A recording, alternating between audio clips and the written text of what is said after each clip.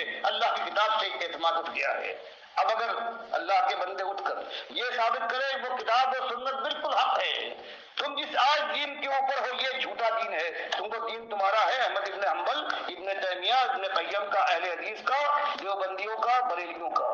اور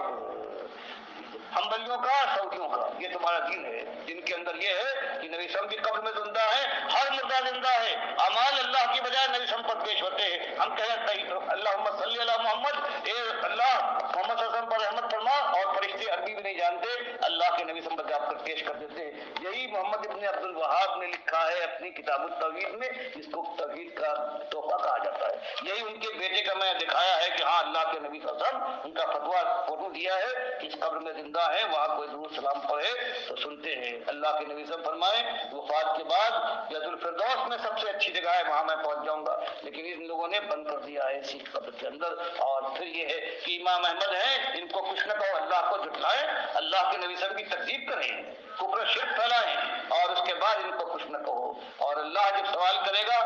کہ ما لکم لا ترجون للہ وقارا, کیا ہو گیا تمہیں, ان کا تمہارے وقار تھا میرے دشمنوں کا جو تابوت بنے ہوئے تھے, تم نے ان کے کفر کرنے کے بجائے تم نے مجھ سے ان کو آگے بڑھایا, میری کتاب کا انکار کیا. اس وقت جو جواب دینا ہے اس کا آج سے انتظام کر کے اور سوچ لیجئے کہ اس وقت کیا جواب دیں گے. اس وقت ایک ہی موقع ہے, دین حق کی دعوت اٹھے اور بتایا جائے تابوت کہاں ہے, کون ہے تابوت, جب کہاں سے آئی ہے قبر پرستی کی, شرک سے آیا ہے, کس نے مہیا فرمایا ہے. اب درختوں کے پتوں کو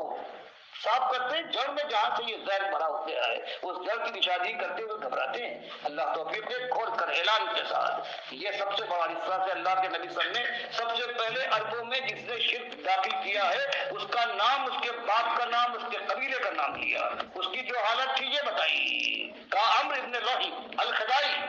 جس نے سب سے پہلے شرک اور بت پرستی اور باباؤں کے نام کے اوپر جانور چھوڑے کا طریقہ رواج دیا ہے عربوں کے اندر, اس کو میں نے جہنم کی آگ میں دیکھا ہے کہ پیٹ پھٹ گیا تھا, آنکھیں باہر نکلی ہوئی تھی, اور وہ اپنی آنتوں پر اس طرح سے چکر لگا رہا تھا, کچل رہا تھا جیسے ایک گدھا